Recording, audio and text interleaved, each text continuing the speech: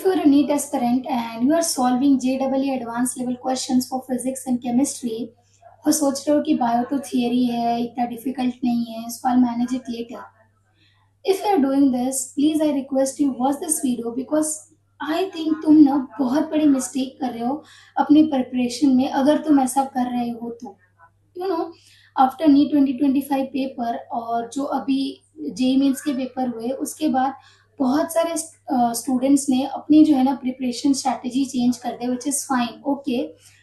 But इसका मतलब ये नहीं कि तुम अपनी एनसीईआरटी को इग्नोर कर दो और एकदम हाई लेवल के क्वेश्चंस प्रैक्टिस करो. पेपर टफ आया था बट स्टिल 80 to 90% क्वेश्चन जो है वो एनसीईआरटी से ही आए थे. अगर तुम्हारी एनसीईआरटी ही प्रिपेयर्ड नहीं है तो हाई लेवल के क्वेश्चंस करके क्या करोगे? उससे ज्यादा क्या हो जाएगा? नहीं, आप 2-3 क्वेश्चन सही कर लोगे, बट उस 2-3 क्वेश्चंस के लिए तुम अपना 80 to 90% क्वेश्चंस को इग्नोर कर रहे हो सिलेबस को. पहले एनसीईआरटी तो फुल्ली प्रिपेयर्ड करो. स्पेशली बायो को तो जो है बहुत सारे स्टूडेंट्स ऐसा लेते हैं कि है क्या मतलब, थियरी है, ज्यादा टाइम लगेगा नहीं तो लास्ट में भी पढ़ के हो जाएगा, ज्यादा क्वेश्चन प्रैक्टिस नहीं करेंगे, एनसीईआरटी रिवाइज कर लेंगे तो हो जाएगा. जबकि आफ्टर 2025 पेपर बायो को तो खास करके रटने वाला सब्जेक्ट वो पहले भी नहीं था, बट अब इसको रटने वाला सब्जेक्ट समझना बंद कर दो. Bio is 50% of the NEET paper, 360 out of 720.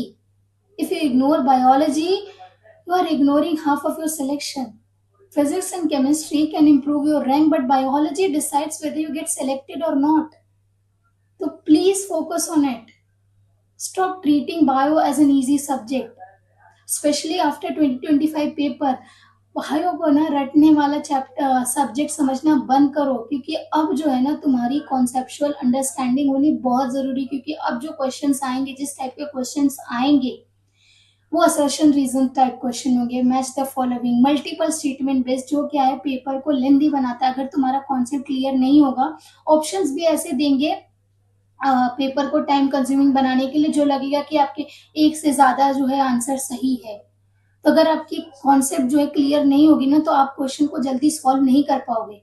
और बायो ही एक ऐसा सब्जेक्ट है, अगर आप इसमें जो है फिजिक्स एंड केमिस्ट्री के कंपैरिजन में आधा टाइम भी देते हो ना तो बायो में आप ज्यादा मार्क्स ला सकते हो, ज्यादा स्कोर कर सकते हो. सो प्लीज फोकस करो, बायो को अपनी स्ट्रॉन्ग रखो.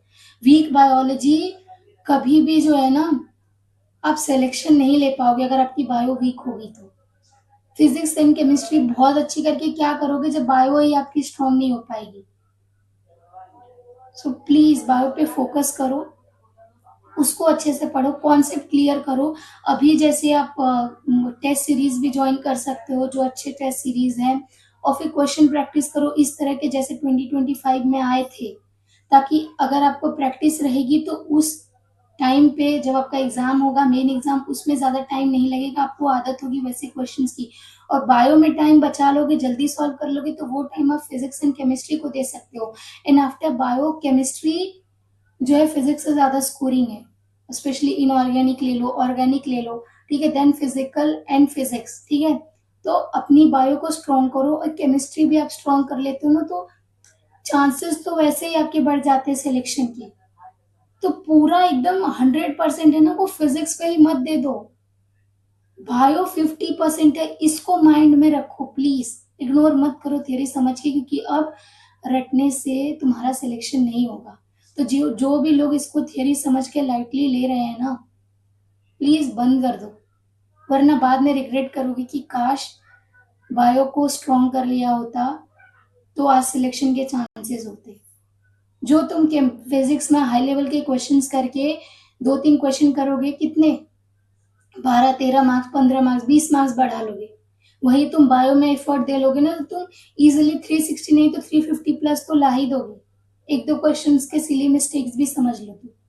सो please again I am saying stop treating bio as an easy subject. बाकी your life your choice. Thank you for watching this video.